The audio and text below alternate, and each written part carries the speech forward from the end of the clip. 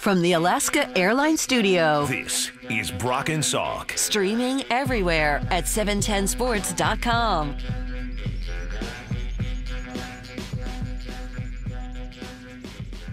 All right, we're just a few weeks away from pitchers and catchers' magical words for baseball fans, and the Mariners will start that conversation over the next couple of days. Spring training lunch is tomorrow, as a whole bunch of the Mariners will meet with the media, usually manager, general manager, assistant general manager, part of the training staff. That all gets going tomorrow, and then pitchers and catchers in a few weeks. And before you know it, Brock, it'll be the end of March, and they're starting early this year. Yeah, so and we'll be down there. We'll be there March 5th to get everybody ready for spring training and for the season. Scott Servais joins us right now in studio. You're back. You're in Seattle. Are you ready? I've been in Seattle a few times this offseason. I believe it's been a crazy offseason.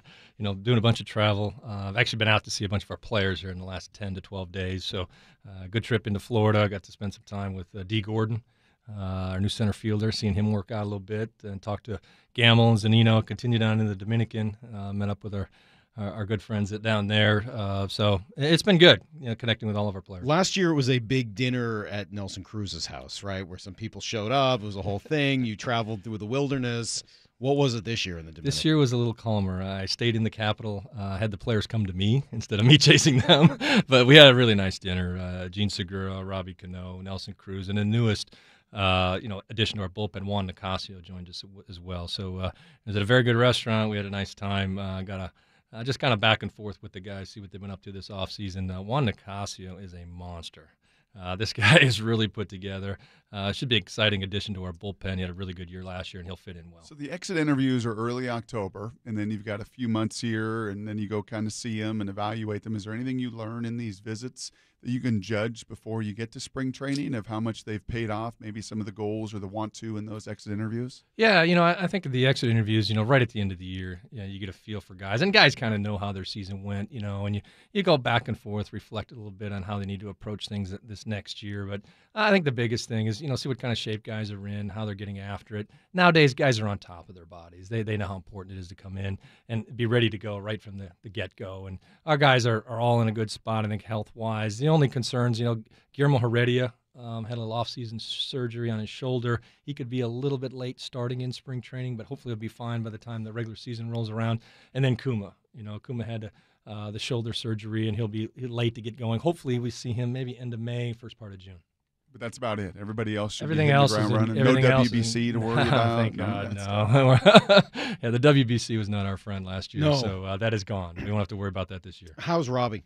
Looks great. He all of our guys, they'll take a little vacation, they'll travel a little bit to kind of get away from things. But, he's in a good spot. The one thing we did talk about with him at the end of the year, the range factor where he was at second base. He did struggle through most of this season with a quad injury, and you really saw it affect his game defensively based on what we saw in 2016. But working out, he looks really good. He's anxious to get going. Our guys are really excited about our lineup. The addition of Dee Gordon, Ryan Healy, Mike Zanino for a full year, hopefully Mitch Haniger for a full year. We've got a really deep lineup, and our guys know it. Speaking of injuries, I guess just on a broader perspective, John Stanton was in here late in the season, and we talked to you on some of those Wednesdays, those matinees, about some of the injuries too, and it wasn't going to be until after the season, and probably the months spent kind of evaluating everything and just looking at that situation for just the horrific nature of that injury bug, especially the rotation. You guys have made some changes in staff. There's some new eyes on. Is there anything else you really could look back and learn from in that experience? Well, I think a lot of it was there was some bad luck tied to it, no doubt. I think the number of injuries and the number of guys that we had to expose at the big league level that maybe weren't quite ready to pitch at the big league level. The silver lining is that we have a lot of guys with a lot of experience that won't be on our club because they all got kind of rushed and put into emergency service last year. So I want to try to look at the silver lining in that. It was tough to go through. I'm not gonna lie. You're trying to scramble every day on how you're going to get through ball games. And when we lost Pax, and Pax was kind of the guy that allowed us to regroup, every fifth day. And when we lost him late in the season for about a month, that really took the wind out of our sails. Talking to Scott Servais, and I want to discuss Dee Gordon. He's sort of the premier name that comes over to Seattle in the offseason. He's generally played second and short. Now he's going to move to the outfield. What was that first conversation like with him? He was surprised. There's no doubt. He's been a Gold Glove at second base. He's been an All-Star. He's done a lot of things, at the position. he quickly understood where we were at and why we acquired him. Obviously, he's an electric player on the bases. He can hit. I mean, he's hit 300 multiple times. He's won a batting title. So it's a really exciting guy. I love the personality. And he's not a young guy. I mean, he's been around the league a little bit. He'll play this year at 30 years old. It's kind of plug and play. He's got some work to do in the outfield, no doubt. He knows that. I saw him in Orlando about 10, 11 days ago, working with Chris Prieto, our outfield coach, and he looks good. He's trying to get a jump start, so when he goes into camp, we start doing the drills. He looks just like everybody else, and he's very gifted athletically, and he can fly. And what does that look like? Does he get on high school fields and you get out there? It's Florida. They get fields everywhere. Yeah, that's true. I mean, I saw some pictures of it, right? And I saw a fence out there. I mean, just actually, how do you like my video work? That was me. Not bad. That was me taking that. Wow. Yeah, not too shabby. He looked good. He's from Orlando. He works out at the Braves complex over there. They've got tons of fields that the Disney set up, and he actually works out with Barry Larkin. He and Barry are very tight. They live very close to each other. Barry has kind of taken him under his wing, and as I go out there's Barry Larkin working with the guys throwing BP. You know, he's a former MVP, in the National League, and so he's been a great resource for Dee. They're very tight, and Barry quick to talk about Dee and his makeup, and he's excited to be here. I'm sorry. Well, I just got a couple questions on him moving to the outfield because it's he is a Gold Glover. He's played a position where, again, you just mentioned Robbie had some issues with his range last year. Are you guys fully committed? He's playing the outfield, yes, come hell or high water. Yes. There's no doubt. Robinson Cano is going to head to the Hall of Fame at some point, and he's going to do it as a second baseman. Robbie's our second baseman. There's no question about that. We acquired Dee to play center field. He will be our center fielder, and he's all in. Dee wants to be a Gold Glove center fielder. And how do you teach the instincts? I mean, the one thing we've learned here is you don't have to be the fastest guy in the world to play center field. Mm-hmm. And Franklin Gutierrez, the initial version, not the one that was sort of here a couple of years ago, but when he first got here, he's not the fastest guy in the world at all. Doesn't steal bases, but he picked it as well as anybody we've seen in center. How do you teach the instincts? Well, I think the one thing that when you put an athlete out there like Dee, if he doesn't get maybe the best jump, he can make up for it with the speed. I think we saw that with Gerard Dyson last year. Dice did not get great jumps, but the speed just made up all the difference in the world for him. So I think he will stub his toe. There'll be some missed routes, especially the ball hit right at you. You take the step in, like, oh my gosh, it's hit harder than I thought. And obviously playing center field or playing the outfield in Arizona in spring training is very challenging. There's such high sky, there's no clouds. So to judge the height of the ball and getting a feel for ball off the bat, it will take him a little while. I will say the work ethic that Dee Gordon has it's going to carry over into the outfield and how he goes about his business, and he's got a lot of leadership ability as well. So you need that center fielder to take control, and he's going to be able to prevention was such a huge part of that outfield last year. And Dyson, for a little guy, had an absolute bazooka of an arm. He did, yeah. How about that transition for Dee, arm talent-wise? Dee's got plenty of arm. There's no question there. It's above average arm. He actually made a couple throws in Orlando. He just grabbed the ball and fired it in from center field. It's one hop right on home plate. He's got feel. There's no doubt. He's played the game a while. He's been around it with his dad being a former big leaguer. He's got his brother who's a prospect in the Twins organization. So it's in his blood. Like I said, he's really excited. I believe he's in town today. He's going to do some things in town here. We got some promotional stuff going on this week, so he'll get a good feel for it. Can we get his dad around? Flash. I love Tom Gordon. He's one of my favorite players to watch. The hat all low. The great curveball. Oh, my God. 12-6 curveball. Can we get him to work with somebody or something? I'm sure we'll see. Did you hit him well? I did not face him too often, and I did not hit him well. If it was spinning at all, Brock, I didn't have much of a chance. Speaking of feel, one of the things that we have loved when we've been down there is to speak about the feeling of culture that was so critical for you from day number one when you took over and you started that and you felt it grow. And now you got a lot of pieces that are familiar. There's some new ones, Healy and Dee, and some in the rotation, the bullpen. There's always going to be new guys. But largely the foundation is built for your culture. So what does that mean for spring training? Well, I think in the past 2 years, we've brought in so many new bodies. The first year was a real challenge. The guys were so diverse in the cultures we come from, in our group.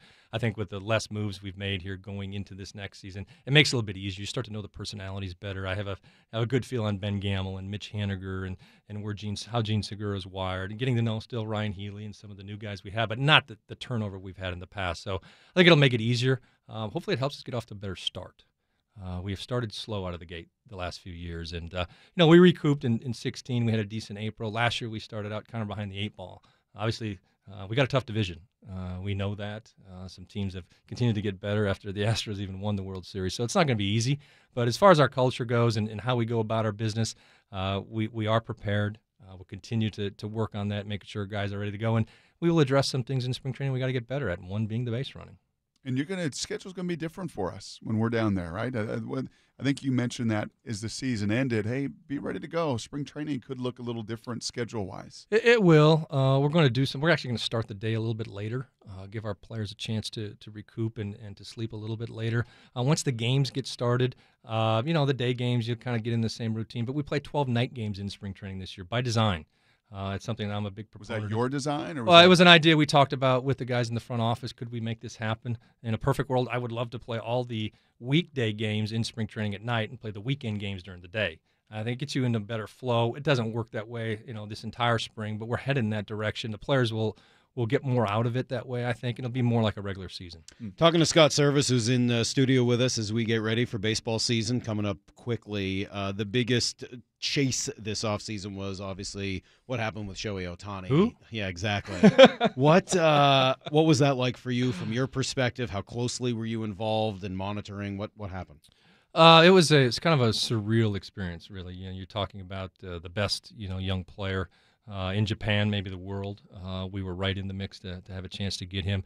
I think from an organizational standpoint, really an opportunity for our organization to grow together. So many people involved, from our marketing people to produce the booklet that we put together. And I thought, Jerry DePoto, the guys in our front office did a phenomenal job putting that all together. And then our graphics people involved. So anywhere from Anthony Suzuki interpreting the whole thing and putting that copy in Japanese. So you have probably 10 to 15 people working on this thing, working together collaboratively to what are the Mariners about? When you got to put it all down on paper, it really makes you stop and think. Yep. And I couldn't have been more impressed with how our people handled it. I was able to go in with Jerry and John Stanton and Kevin Mather and Edgar into the presentation. We sat down with Otani and his people. I thought we did a great job. He's 23 years old. He made a choice to go elsewhere. I think it not only surprised us, it probably shocked the baseball world. What was the answer to that question? What are the Mariners all about? I think, when you try to define it and put it down on paper, like Brock mentioned, what are we? What's our culture? What is our clubhouse like? How do we take people in and get them comfortable? I think there's a lot of emphasis, and nowadays they put on the data, the physical training, what goes on with players and the nutrition, kind of the whole package, how we were going to get him as comfortable as possible in Seattle. And certainly we've got long history of having a lot of success with Japanese players here. We just thought it was going to be a great fit for him and us. Fortunately, it didn't work out, and we move on. You love the SEC and SEC football a little bit. You've been inundated to feel like SEC. Did you get a little taste of SEC recruiting? Oh, no doubt. And they get these 5 stars, and they do all of this, and they bend over backwards and try to do as much as you can. And ultimately, they got to make the decision. It's actually funny you bring that up. I did. I reached out to some people that do this for a living and recruiting players and young players, and how do you reach them? And everybody's a little bit different. I think, it's funny, all the stories. Like, if you get a chance to meet mom and dad, see how mom and dad weren't there. And they also didn't speak the language, so probably wouldn't have mattered anyway. But, you're trying to make a connection with the player. I thought we were able to do that in the meeting. I actually got him to talk. And you guys have often heard the stories about how I interview players in spring training. I did the same thing to Otani. Who's your hero? What's your hardship? And they have him, respond to that and go from there. I thought Edgar was very powerful in the meeting. We did a lot of good things. It just didn't work out. How good is he going to be? I think he's going to be outstanding on the hill, pitching-wise. I think he's very gifted there. I think the bat is going to take a little time. You're going to have to be patient with it. The bat does have power. He has a good swing, but it's a different level of pitching. So that might be the biggest adjustment for him. But we had a really distinct plan. We had it all mapped out. I don't know what the Angels will have for him. When the news came down, it wasn't you. And it was someone in the division. Was it a double? Because it was for us. It was like, if it's not Seattle, make it the Padres. Just get him out. Get him out of the division. Get him out of the league. Get him, somewhere else. In an organization you guys were familiar with to a degree. That news came down. Was it a double punch? I think it's we're all competitive. We all want to win. And I think anybody that's ever recruited a young player and you find out that you didn't get the player, you step back for a second. What could we have done differently? Yeah. You try to evaluate and hold yourself accountable, but. The more I've played this around and talked through it with Jerry, I think we did everything we could. Just didn't get the player, and like I said, we'll move on. At that point, you had room for another player in your rotation. I mean, he's going to be, as you just said, a good one, especially on the hill. Where is your rotation at now? Obviously, Pax and Felix will lead our rotation. I thought Mike Leake did an outstanding job for us last year when we acquired him. I mean, couldn't have gone any better for us. Same thing with Erasmo Ramirez. I think it's kind of under the radar, the job that he did. In that fifth spot, you've got Marco Gonzalez, Andrew Moore, Aaron Miranda, who led our team in innings pitched last year. Unfortunately, gave up a few too many homers, and we got to try to correct that. But, that's where our rotation's at now. As you've seen, the game is evolving. It's changing. The number of guys that are giving you 200 innings, I think there was 15 of them last year, down from about 60 guys about 4 years ago. So the importance of bullpens and multiple inning guys, more than just a 3-out guy in the bullpen is really, really valuable in our game. That's one of the reasons, we were very aggressive in the bullpen market. We were able to get Juan Nicasio with a healthy David Phelps, Nick Vincent, Zepchinski, Pazos, and then our closer, Eddie Diaz. I think our bullpen is very, very strong. Anybody changing roles? Bullpen-wise or starting-wise? Either bullpen-wise, starting-wise, starters becoming relievers becoming starters. Anybody you see maybe making a transition this year? Right now, going into spring training, probably not, but we know that we do have some guys that are flexible. Erasmo Ramirez has done that. If Marco Gonzalez came out of the bullpen a little bit last year, he could do that in multiple innings. But right now, going in, I think everybody understands what the expectations are and how they're going to be evaluated, and hopefully it works out. If there was room then for a Shohei Otani, is there still room now? Because there seems to be some guys on the, we'll get to the market here in just a second. It just seems like there's a lot of familiar names to a lot of us out there. Is there any opportunity for a further move before count? We'll see. There's a lot of players out there, and for all those guys to land in organizations and have jobs, we'll see how it plays out. I don't think, as you guys know, Jerry doesn't shut the door on anything. Always open, always trying to do whatever he can to make our club better, and we'll look at what's available out there if he can. I think, where Otani fit is he's young, controllable. He was making the minimum. So there's all the dollars that play into that and keeping a budget online and going forward with that. What is going on with the market? We were spent a while the other day talking about what's going on, and I know the players have sort of started to almost come close to our uttering that C word, collusion. It hasn't quite come out yet. But Jeff Passan had a really interesting article that we spent some time on saying, well, no, it's not collusion. It's just a change in the way front offices are doing business. Is the 3 and 3 year arbitration after 6 and the free agency, is that broken, or can it continue to work? I think it can continue to work. I think, with the new CBA that was struck, the new deal with the players and the owners a little over a year ago, it did change some things. If you kind of get through that, I think the threshold number and how teams are penalized if they go over the threshold, not just 1 year, but 2 years in a row, can really be detrimental to your ball club and what you can do financially. So I think teams are more in tune to that. I think the guy that's really getting squeezed in this is the middle guy. He's a really good player. He's probably a $3 or $4 million player, but teams aren't really jumping at that guy. They're going to give the young guy an opportunity. The high-end guys, the guys that are just the stars, the marquee players, they're always going to be wanted, and they're going to get paid. But it's the guy in the middle that's really getting squeezed, and that's kind of where a lot of those free agents are. They're good players, and that's kind of where I was at one point in my career. But, making a good business decision, I know there's probably a lot of agents that are frustrated right now as players as the clock keeps ticking towards spring training. Is it harder for older players to stay healthier in today's game? Everybody's going for the younger player. The cost control is certainly an enormous part of that in budget. But, is it just more difficult, the strain, the speed? Is it changed at all from your era, Scott, where it's just harder and those players are declining more rapidly? Because I see it in football. You came in here and we had a little joke about football guy and everything. In football, man, running backs can't play running back at 30. Right, there's steep decline. Guys' careers are getting shortened. Cam Chancellor, Cliff Averill in this town, or their careers are just going to be shortened. Are you feeling that impact in baseball at all? I'm really not, and I compare it to the guys that are on our team, where Nelson Cruz and Robbie Cano they're our veterans. They've been around a lot, and those guys spend so much time taking care of their body. There's so much out there nutritionally, what they do in the weight room, how they get their sleep. There's so much more information on how to take care of your body. Our guys are really on it. So I can only speak to the guys that I'm around every day, and I think it's maybe easier than it was back then. I can't speak to football. Right. That's a totally different animal, and I certainly respect that. But on the baseball side, I think if guys are so in tune to it, I see what Nelson Cruz does every day and how he takes care of his body and how he's still able to perform at 37, 38 years old. And I marvel at it. It's really special. If Mitch Haniger, who's going to join us tomorrow at this time, he'll be in studio tomorrow at 9:30. If Mitch Haniger can stay healthy for a whole year this year, what is he capable of? Special things. off to a great start last year. The injuries, he struggled for a little bit in August, but he had a great September, which was good for his confidence to see it come back again. It's always good for a young player. Once they struggle, can I get it back? We saw what it did for him. We see what it's done for Zunino in the past, and where he's at right now. But Hanny's got a chance to be a really special player, and more than on the field, also lead in our clubhouse. And that's what excites me kind of about this next wave of players we have coming is the Paxtons, the Zuninos, the Hanigers have a lot of leadership ability, and I think seeing that come out in their clubhouse is going to be important for us this year. How do I know what to expect from Felix Hernandez this year? I think Felix, having gone through the last couple of years, and that's all I've seen of Felix. Obviously, I've been here 2 years. There's been a lot of ups, more downs than ups. I think where Felix is at right now, I know he will have a little bit different spring training this year. Felix has always worked his way into spring training because he was always coming off like a 200-inning season. He's not doing that anymore. So we're trying to going to make him get on more of a consistent spring training routine so he doesn't have to go from like 1 to 100 in like a 6-day window where he doesn't turn the dial up real quick. Let's get him on a normal schedule. Let's get him stretched out, through spring training. I think it's really, really important for our team to be ready to go in April. The games in April are just as important as the games in September. It's a game. It's a win. Let's go get it. And for our guys to be on top of it, that's Paxed.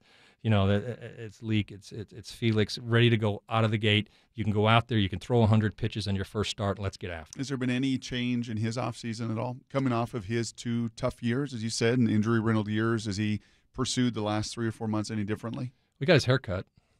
So It's a good start. Yeah. No, he is. Can we get that thing off his neck? I always give him a hard time. Last year, he just let the hair go. It was out of control. But I talking to our guys, I have not physically laid eyes on Felix. I know Nelson put together a group of guys that got worked out down in Miami. Felix was with them. Talking to Nelly, everybody feels good about Felix getting after. He's in better shape. He's ready to go. So we'll see what we got. Is there anybody younger in the system that really captured the winter ball and that you heard kind of rave reviews about that may not be on the 25-man initially, but are really making strides to push? We were excited. I think an older player, but was in the fall league, Eric Filia. Unfortunately, he had an issue. He'll miss the first part of the season. He failed a drug test. So, but he was a guy that was coming. Disappointed for him to see how that worked out. Probably the number one position player prospect. Kyle Lewis and Evan White are the 2 guys. You'll see a lot of those guys in Major League camp this year. I'm going to bring those guys over from the minor leagues. Certainly, Evan, he's a really gifted defensively. He needs to get at bats and get experience at the minor league level. At first baseman, that's really athletic. I think he was just voted the best minor league first baseman in all of baseball. So defensively in all of baseball. And Kyle Lewis, I'm anxious to see Kyle. He's trying to get over the hump with that knee injury that he had early in his career, but really talented guy. So you'll see those guys a bunch in camp. Hey, the kid who came from the Yankees on the Rule 5, Ford, does he have a shot? Yes, he does. He can swing the bat. I've got a lot of history with Mike Ford. I've seen him play a lot as an amateur. He actually played college baseball with my son for a couple years. So he was a pitcher and a hitter in college. He played in the Ivy League, which isn't the SEC. But he signed with the Yankees. He's moved along at every level. He's kind of been behind Greg Bird, their young prospect there at first base. But he controls the zone very well. And when you do that and you've got a little power and you're left-handed, you got a pretty good chance. There are other parts of the world where they say he's from the SEC. It's not quite the Ivy League. It's Correct. the SEC. But this is sort of the opposite. Where you say he played in the Ivy League, it's not quite the SEC. Yeah, well, Vanderbilt is, kind of in Vanderbilt's the Ivy League of the SEC. Yeah. Hey, how's your field, by the way? How's Old Safeco? Is she flat now? Have you checked it all out? Yes. I've been quick to let Seager and Cano and Segura know no more excuses. The field looks great. Our people have done a great job over at Safeco. It was quite a project. It was something we talked about late in the season, and you never know if you can make it come together that quick. But I really tip my hat, Trevor Gooby, the guys over there with our grounds crew. They got the people in there. They got the equipment in there. They got after it. The grass is growing. It looks great. Your biggest reason for hope heading into this year is? For me going into the season, I think it's really important we get off to a good start. Reason for hope, there's no way we can use 40 pitchers again. That's my biggest reason for hope. Don't dare the fates. No. What we went through last year was historical. And I look back at some of the meetings I had with Jerry and the number of players I would call into my office. When Emilio Pagan, he just throws 4 shutout innings. They have to send him back to AAA because we had that rotation going. We just had to figure out a way to keep healthy bodies, guys that could pitch in there. I don't wish that upon anybody. We will not go through that again. There's no way you can go through that again, and I'm going to keep saying it because it's not going to happen. I think I'll just always remember Evan Marshall grabbing his hamstring and the scream and being caught. That will be, I think, the lasting memory of last year. Your favorite sight and sound of spring training? Oh, it's the smell. We'll go there. That's the only time I ever missed playing is the first day of spring training. You walk out, the grass is perfect. They've just cut it, and you got to smell it, and I'm like, I want to hit. I want to take BP.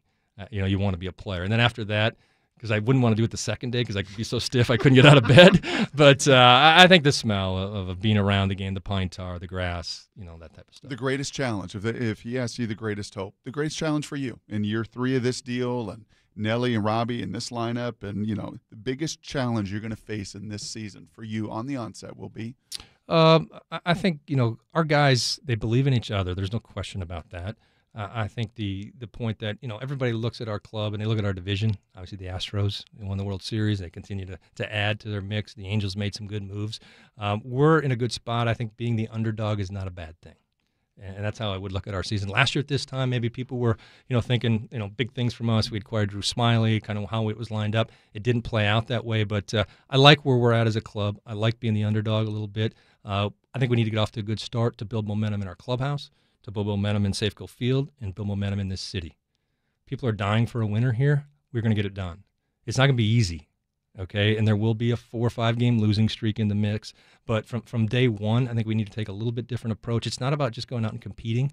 It's about taking it to the next level and winning. Is there a slogan for this year? Yes. What is it? Won't tell you that right now. You won't tell us your slogan. It is a secret. It's a secret. There's a secret slogan for the Mariners. Well, It'll be unveiled at last spring year training. when he gave us the slogan, we played it 92 times before spring training, so he's not going to. And then we screwed up the midseason slogan. I can honor that. I can respect that. All right, Be fair okay. enough. All right, Be the okay. secret slogan will be unveiled. It is the biggest reason to get ready for spring training. I love it. Scott, seriously, thank you. We'll look forward to it. We're psyched for baseball season right around the corner. And Mitch Haniger will be in tomorrow to take the same seat. So we'll talk to him tomorrow at 9:30. Thank you. Yeah, no problem, guys. Glad to have me. All right, we're looking forward to the year. We'll be in tomorrow morning, 7 a.m. with lots to get to. We'll find out today at 3 if Edgar's in the Hall of Fame. We'll react to that and a whole lot more tomorrow at 7 a.m. Until then, the Hay. Barn. See you, everybody. Get to the chopper! All guests are heard on the VenueKings.com hotline. Venue Kings has the best prices to all local and national sports and concerts. Go to VenueKings.com for the best football.